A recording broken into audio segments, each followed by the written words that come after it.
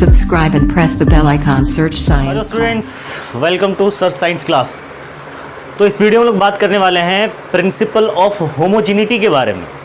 यानी कि डायमेंशन हमारा चल रहा था, डायमेंशन में प्रिंसिपल ऑफ होमोजेनिटी के बारे में हम लोग आज पढ़ने वाले हैं, क्योंकि ये बहुत ज़्यादा इंपॉर्टेंट टॉपिक है। डायमेंशन का one of the most important topic है, क्योंकि डायमेंशन तो अपने आप में इंपॉर्टेंट है, क्योंकि ये नई चीज़ हमारे लिए। ठीक है, तो आज की वीडियो में प्रिंसिपल ऑफ होमोजेनिटी की बात करने वाले हैं। एंड तक देखिएगा वीडियो को, पूरा समझ में आएगा, गारंटी देता हूँ मैं आपको। और इस प्रिंसिपल ऑफ होमोजेनिटी में हम ये सीखेंगे कि किसी भी इक्वेशन में, कोई भी इक्वेशन हम लोग जो हमने आज से पहले पढ़ा है, चाहे वो 9th क्लास में हो चाहे वो 10th क्लास में हो, कोई भी इक्वेशन हम पढ़ते हैं तो उस इक्वेशन में जो टर्म्स होते हैं, उन टर्म्स के जो डायमेंशंस होते हैं वो जनरली क्या होता है, सेम होता है। ठीक है, ये है प्रिंसिपल ऑफ होमोजेनिटी। उससे पहले हम लोग ये देखते हैं कि एक बात बताओ, जैसे फॉर एग्जांपल मैंने कहीं पर लिखा 2 सेकंड, क्या है ये 2 सेकंड है, 2s का मतलब 2 सेकंड प्लस में 5 किलोग्राम। क्या आप इन चीज़ों को, इन दोनों टर्म्स को क्या आप ऐड कर सकते हो कभी भी?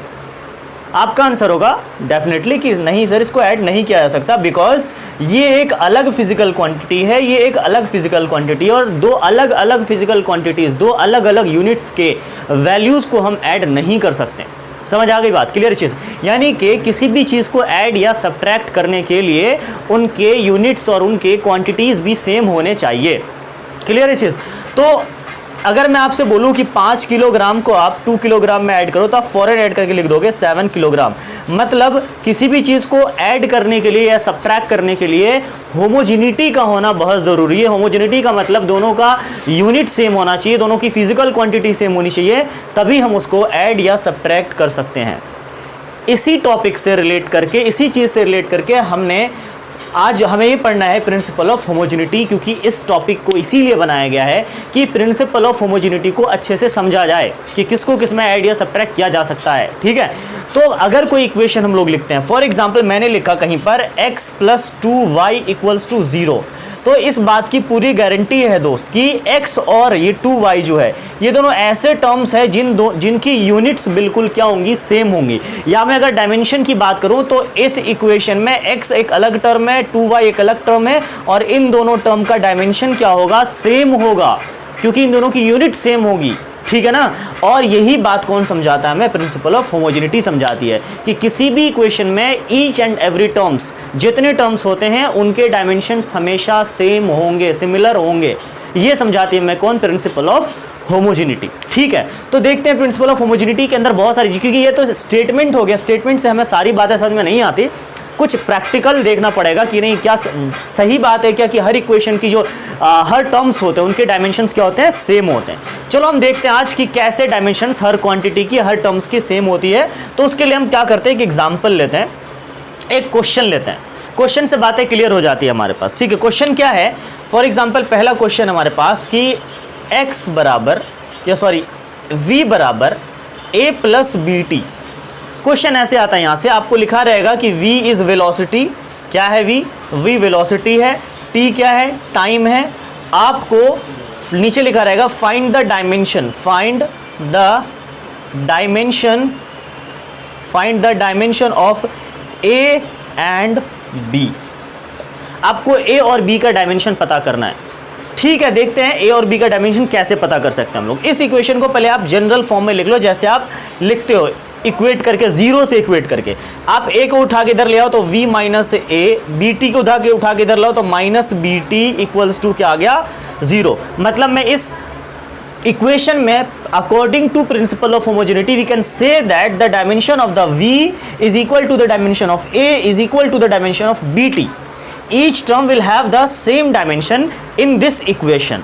So we can equate the velocity यानी कि v and a। ठीक है ना, यानी कि dimension of v is equals to dimension of a। ठीक है, चलो यहां से देखते हैं डायमेंशन ऑफ v। तो डायमेंशन ऑफ v क्या होता है, lt - 1 बराबर डायमेंशन ऑफ a। तो याद करो डायमेंशन ऑफ a आपको क्या आ गया, a का डायमेंशन मिल गया हमारे पास lt - 1।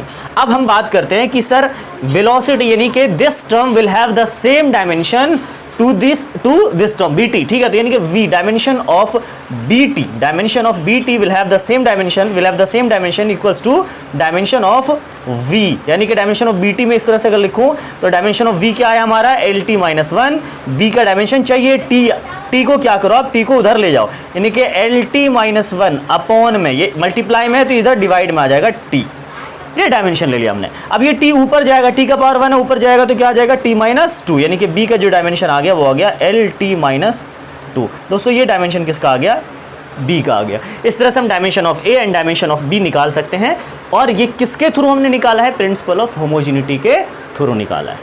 क्लियर चीज, देखो आप देख सकते हो कि जो वेलोसिटी का डायमेंशन वो वही A का डायमेंशन है कि नहीं, देखो जो वेलोसिटी का डायमेंशन था वही A का डायमेंशन है, जो V का नहीं, जो वेलोसिटी का डायमेंशन है वही BT का डायमेंशन होगा। BT, अगर आप कह रहे हो कि नहीं सर B का डायमेंशन तो कुछ अलग आया है, तो B is not a term, BT is a term, BT term है, B टर्म नहीं है, ठीक है, इसलिए B का डायमेंशन कुछ और होगा। जब मैं BT का डायमेंशन पता करूंगा तो B का निकला है LT माइनस 2 और इन 2T का डायमेंशन T होता है। अब देखो LT 1 माइनस 2 गया माइनस 1, देखो LT माइनस 1 आ गया, मतलब BT का डायमेंशन क्या आ गया, LT माइनस 1 आ गया।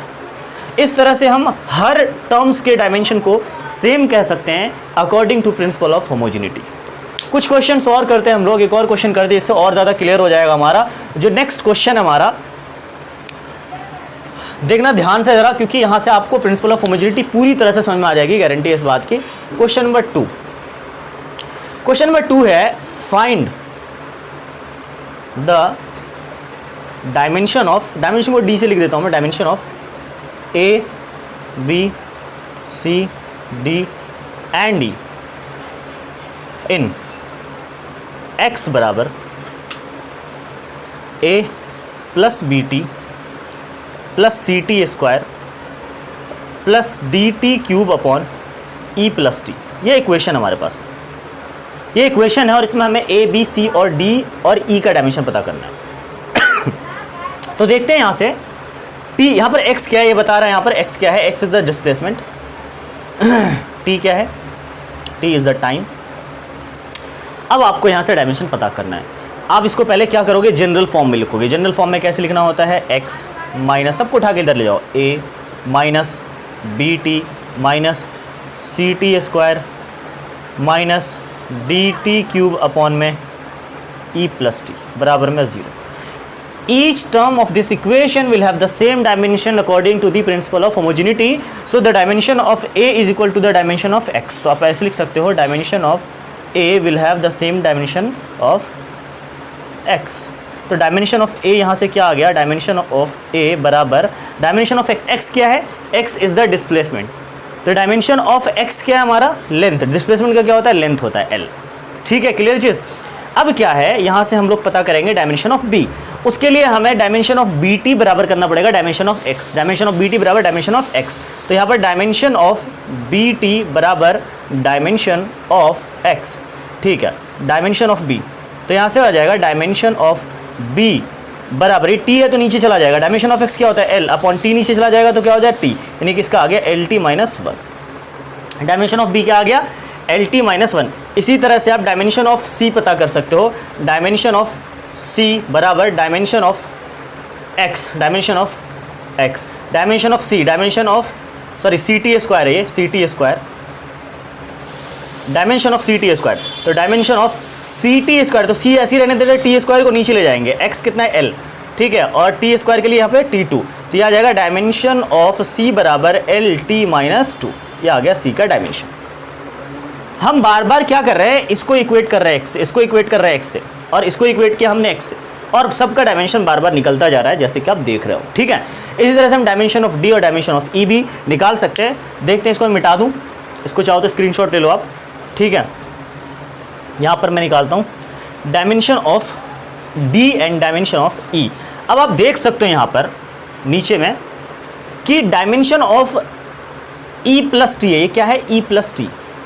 आप मेरे को बताओ कि E प्लस T क्यों लिखा हुआ है यहाँ पर, क्योंकि अगर T में E को ऐड किया गया है, इसका मतलब ये है कि सर E का भी यूनिट वही है जो T का यूनिट है। मैंने आपको बोला था ना कि आप 2 सेकंड को 5 सेकंड में ही जोड़ सकते हो, मतलब इस टर्म को जब इसमें आप जोड़ रहे हो उसका मतलब दोनों टर्म की यूनिट क्या है, बिल्कुल सेम है according to principle of homogeneity. तो जब दोनों टर्म की यूनिट सेम है, अगर मैं यहाँ पर लिख दूँ x, मैं क्या लिख दूँ यहाँ पर x प्लस 5 सेकंड, तो आप पहचान सकते हो ना कि मतलब सर x के अंदर जो ये x की जो वैल्यू है वो कुछ ना कुछ सेकंड में ही है, राइट ठीक है। तो e प्लस टी अगर कहीं लिखा हुआ है तो हम सोच सकते हैं कि e और t दोनों का डायमेंशन क्या है, बिल्कुल सेम है। तो e प्लस टी के लिए सिर्फ एक ही डायमेंशन लेंगे हम, वो क्या लेंगे, t, क्या लेंगे, सिर्फ t।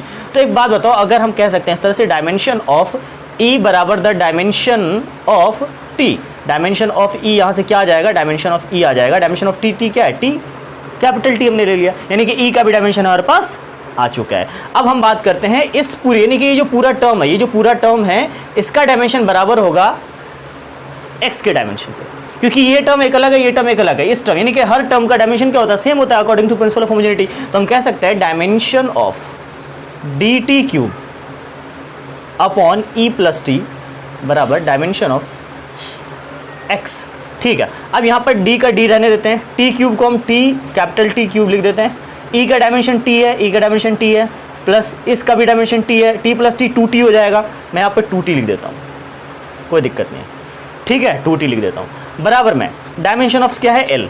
अच्छा d का डायमेंशन चाहिए ना आपको, ठीक है। अब 2t उधर, 2 तो कांस्टेंट है ना, 2 का कोई डायमेंशन होगा क्या, कांस्टेंट का डायमेंशन क्या होता है, 0, तो 2 को तो ऐसे ही हम यहाँ से रिमूव कर सकते हैं, तो t इधर चला जाएगा lt, ठीक है। या आप ऐसे कर सकते हो, ये जो t है t ऊपर जाएगा तो 3 और ऊपर जाएगा तो -1 आ जाएगा, 3 -1 यानी कि dt2 बराबर में l, या आप ऐसे लिख सकते हो d बराबर डायमेंशन ऑफ d बराबर l, t नीचे आएगा तो हम इसको ऊपर भी लिख सकते हैं t-2, t इधर प्लस में है, इधर ले जाएंगे तो t-2 आ जाएगा। ये डायमेंशन किसका आ गया हमारा, ये डायमेंशन आ गया d का डायमेंशन, ठीक है। तो इस तरह से हम डायमेंशन पता कर सकते हैं। डायमेंशन ऑफ e कैसे आया, e plus T, dimension of e कैसे आया, क्योंकि दोनों का डायमेंशन सेम है, ठीक है। और डायमेंशन ऑफ d कैसे आया, इस पूरे टर्म का डायमेंशन मैंने बराबर कर दिया डायमेंशन ऑफ x के, और यहाँ से हमने डायमेंशन ऑफ d निकाल लिया है। सब जैसे पुट करते हैं नॉर्मली मैथमेटिक्स में हम लोग जैसे यूज करते हैं प्लस माइनस, वैसे ही हमने करा है। 2 का डायमेंशन हमेशा 0 होगा क्योंकि ये कांस्टेंट टर्म है, तो t को हम ऊपर लेगा, t का पावर 1 है, 3 - 1 कितना आ गया, 2 आ गया। तो उसके बाद क्या आ गया, d तो d ही रहेगा, t का पावर क्या हो जाएगा यहाँ पर 2, और जब 2 इधर जाएगा तो t का पावर 2 है इधर, तो इधर आ जाएगा -2, lt-2 d का। इस तरह से आपने ए बी सी डी तीनों का डायमेंशन देख लिया। एक और क्वेश्चन हम लोग देख लेते हैं जिससे और ज़्यादा हमारा और क्लियर हो सकता है। एक क्वेश्चन है हमारे पास,